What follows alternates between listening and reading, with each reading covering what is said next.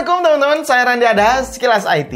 Jadi video kali ini saya rakit PC-nya 10 jutaan. Kemarin saya rakit PC 9,5 jutaan. Banyak banget teman-teman yang mendang-mending. Wah bang, mending yang ini, mending yang itu, mending. Wah pokoknya banyak mendang-mendingnya ya. Karena kemarin tuh komponennya semuanya baru. Nah di video kali ini saya akan rakit ya lebih powerful ya dengan budget 10 jutaan. Mulai dari performanya, dari airflow-nya, dari estetikanya, dari keawetannya, pokoknya lebih pas, lebih mantap lah intinya seperti itu. Jadi supaya tidak ada mendang-mending lagi gitu ya. Ya udah, kita langsung saja kenalan dulu mulai dari prosesornya. Nah, di sini saya menggunakan Ryzen 7 5700X. Ini dari kubu merah ya, karena ini temanya putih, jadi menggunakan kubu merah, jadi merah putih ini seperti itulah ya. Ryzen 7 5700X ini punya 8 core 16 thread up to 4,6 GHz. Masuk ke jajaran Zen 3 udah 7 nanometer dengan kode name firmware. Soketnya tentunya AM4 yang dirilis tahun 2022 lalu. Lalu untuk motherboardnya kebetulan di sini saya dapat B550M Prime ya, yang dilengkapi dengan teknologi Digi plus PRM dan EPU yang bisa membuat seluruh komponen yang nancap ini bisa dimaksimalkan untuk efisiensinya. Udah support PCIe Gen 4, udah ada slot M.2 generasi keempat juga, terus udah ada satu pin ARGB ya. Jadi untuk menambah estetika, nah si pin ARGB ini bisa dimanfaatkan. Nah terus untuk coolernya, nah ini dia. Saya di sini menggunakan AK400 White karena di beberapa pengujian yang lalu saya udah pernah uji juga si cooler ini. Ternyata masih bisa diandalkan untuk menahan prosesor kelas mid to high. Nah, karena menggunakan Ryzen 7 5700X kan lumayan cukup panas. Jadi di sini saya pakaikan Deepcool AK400 versi White-nya. Dia tuh udah dilengkapi dengan 4 heat pipe yang sekaligus langsung ya menyatu menjadi copper base-nya yang di bawah ya. Sehingga ini bisa langsung bersentuhan dengan prosesor. Nah ini akan bisa membuat lebih cepat membuang panas si prosesor. Nah dari 4 heat pipe itu dialurkan ke arah atas. Nah ini ada heatsink dari si Deepcool yang punya ciri khas ya kotak-kotak seperti itu. Wah keren juga ya. Nah di sini tuh lalu dihembuskan oleh fan. Jadi dibuang panasnya oleh fan yang punya kecepatan 500 sampai 1850 rpm dengan teknologi fluid bearing yang ada di dalamnya. Ya diklaim Deepcool ini tuh lebih hening dan juga bisa lebih tahan lama atau awet lah untuk si fan-nya.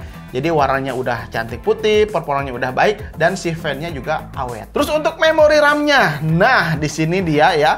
Untuk memori RAM-nya saya pakaikan dari Acer Knox 2x16 GB. Jadi totalnya 32 GB. Karena kemarin juga ada yang, wah bang sekarang udah nggak zaman 16 GB. Nah ini dia jawaban dan solusinya ya. Harganya sekitar hampir 1,2 jutaan. Udah dapat 32 GB 3600 MHz.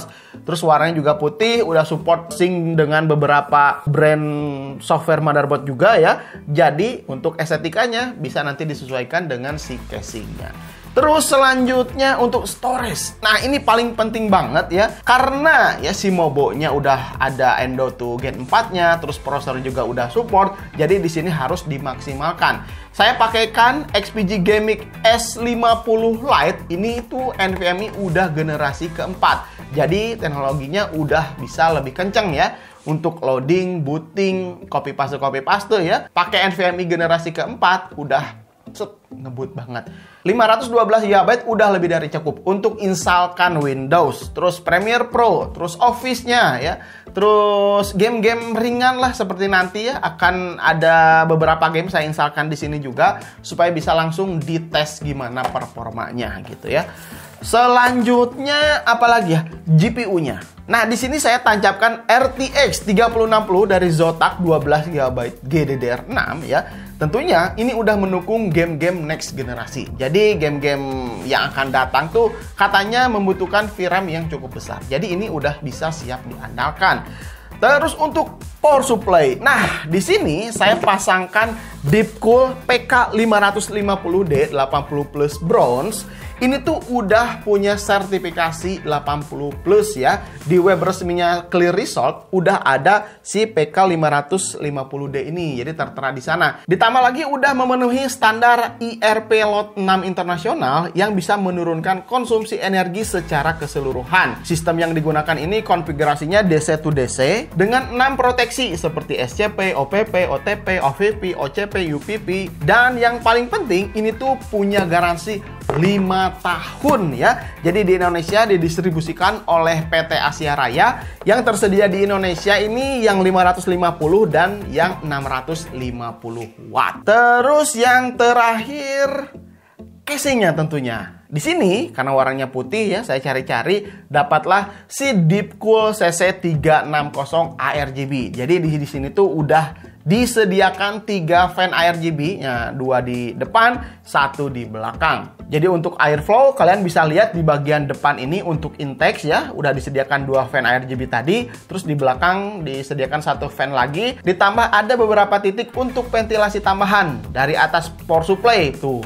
lihat ya, udah ada bolong-bolongnya kayak gini ya, punya desain ya ada lubang-lubangnya lah ya. Ini bisa menarik intake dari samping casing karena tersedia lubang-lubang untuk angin masuk di arah samping kiri casing. Nah, di bawahnya tuh kan.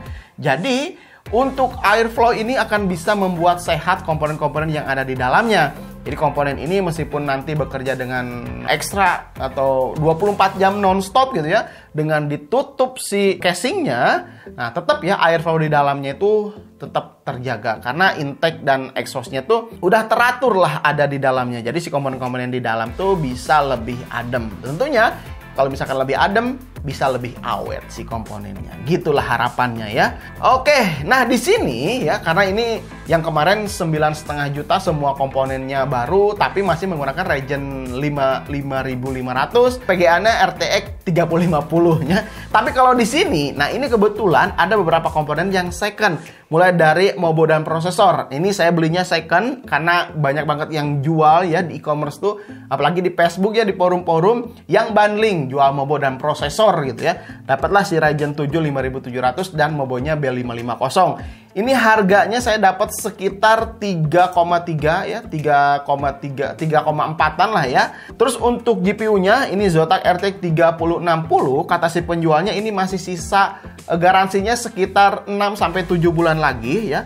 Harganya dia jual 3,3 jutaan. Nah, jadi untuk komponen motherboard, prosesor dan GPU ini second. Tapi untuk komponen yang lainnya seperti casing, cooler, RAM, NVMe semuanya baru. Jadi nggak kelihatan ya si PC ini, padahal komponen mesinnya ini saya beli second biar lebih murah. Tapi untuk tampilannya, estetikanya, nah ini masih ada plastiknya, ini semuanya masih baru. Jadi nggak kelihatan kan PC ini bekas gitu ya.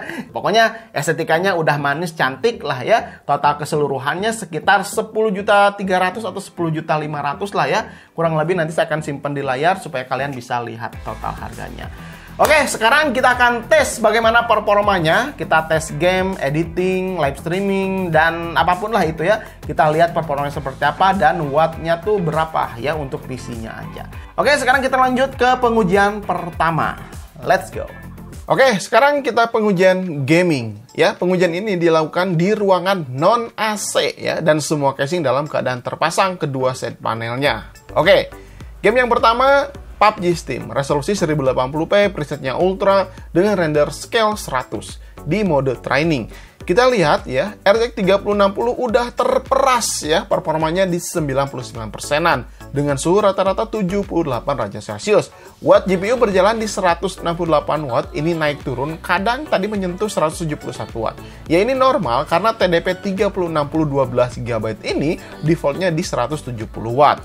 Untuk prosesor sudah berjalan di penggunaan 30%-an dengan suhu di rata-rata 68 derajat Celcius.